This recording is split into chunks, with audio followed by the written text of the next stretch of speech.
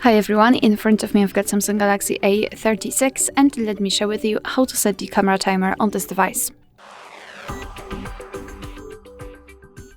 So let's start with opening the camera app, and currently we are in the standard photo mode. So all we have to do is to open this 4 dots icon in the right lower corner, and now let's tap on this third icon from the left, which is the timer option.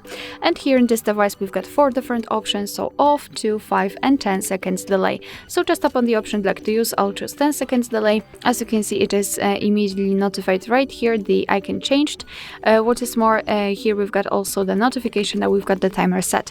So now simply tap on the shutter button, and from now on your device will count down from 10, 5 or 2, depending on which option you've chosen, and after that time it will simply take a photo.